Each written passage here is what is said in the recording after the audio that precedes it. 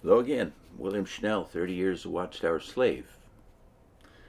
Chapter 15 now, which is entitled The Seven-Step Program, but he introduces the seven-step program with a discussion of the introduction of the phonograph by Rutherford in the 1930s. He says, "It was during the time that I am now discussing that the use of the phonograph originated. The society was beating down the charges that Jehovah's Witnesses were booksellers. They also wanted to refute the charges that they were engaging in a money-making scheme, which in reality is the basic purpose of the book selling, devised in 1922. They were now in a situation where they had to make the witnessing work to appear as a worship. How to take the onus off the book sales, that was the problem. The answer was found in the use of the phonograph as an opener in the door-to-door work. The judges' speeches on 6-minute recordings were already being used on our own transcription machines. These recordings had also been used by hundreds of radio stations every Sunday.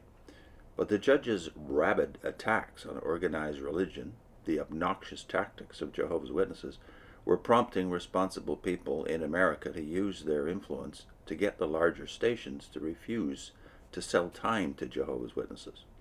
More and more stations were dropping out in the metropolitan areas and in the population centers of America. Only the smaller ones in the more sparsely settled areas that had a hard time to sell their time in any case continued to sell time to Jehovah's Witnesses. In this manner, the radio was becoming increasingly ineffective as a propaganda medium, the more so since it was particularly in the metropolitan areas where the Watchtower Society wanted to build up its prestige and strength. After all, it was now bent upon becoming a mass organization and thus had to work where masses of people lived. Faced with waning propaganda facilities in the metropolitan centers, and with increasing charges of being merely booksellers, the Society decided to issue a manifesto declaring that because of boycott of the message of the kingdom by the radio stations, they would now go directly to the people. The money once spent for radio time would henceforth be used for phonographs and recordings. And then he has a subhead, not given to generosity. Of course, the statement that the Society was discontinuing its payment of radio broadcasts was padded. Most local companies of Jehovah's Witnesses paid for their own time.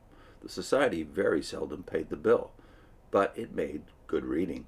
The Society is not designed or inclined to spend money or to give anything free.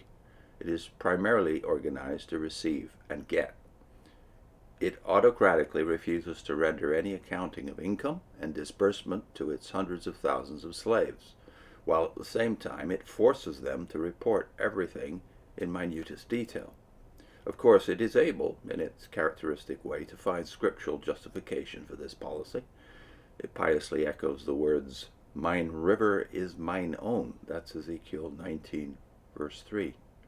To this day, the leaders maintain and stoutly declare that they have exclusive fishing rights in this river, or channel, as they call it. They certainly will allow no one else to fish for money in it. When, in 1941, I founded the W.J. Schnell Company with the intent to supply Bible versions and research volumes, I was flatly and firmly ordered by the Service Department in 1944 to desist from selling books. For myself, of course. It was entirely agreeable that I continue to sell books for the Society, as I had done for the past 22 years. I firmly rejected this attempt to curb me in making a living in the only way I had ever learned to do so, under the Society's own tutelage. In 1951, they finally came out and definitely condemned the methods of my company. Now he talks about the benefits of censorship. But back to the use of the phonograph. By now ostensibly coming to the home to play recordings by Judge Rutherford free of charge, because we were being boycotted from doing so on the radio, we had a powerful appeal to people in general. It opened many a door. A witness would play a recording first, discuss it a bit, and then would offer the book along with helps for further information on the topic which the recording had broached. The first impression, that of a recording being played free for the sake of bringing vital information withheld from the public because of discrimination by radio stations is the one that did the trick. This ruse was effective in getting a hearing for the judge's message, and it sold books. At the same time, it enabled us to play down book selling and play up the radio station boycott of the kingdom message. In short, it took us off the hook. Censorship, if handled right, is the best advertising for huge sales. We found that out in the years following the radio station boycott and utilized it to the full. Censorship not only created a wide and intense interest in our books, but it completely whitewashed us of the book selling charge. It made all arrests, trials, and convictions leveled against us as booksellers without a license appear as rank persecution.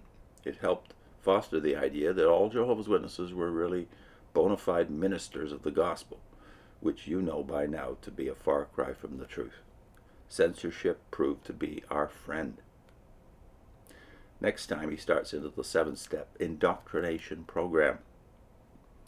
Put in a link this time to Jacques Ellul, who is talking about propaganda, maybe the most famous book in the 20th century on propaganda. It's not about cults, certainly not about witnesses, but it could be applied. The principles that the tools of propaganda have given us over the last 100 years. Jacques Ellul. And I'll put in a link to the Jacques Ellul playlist too. See you next time.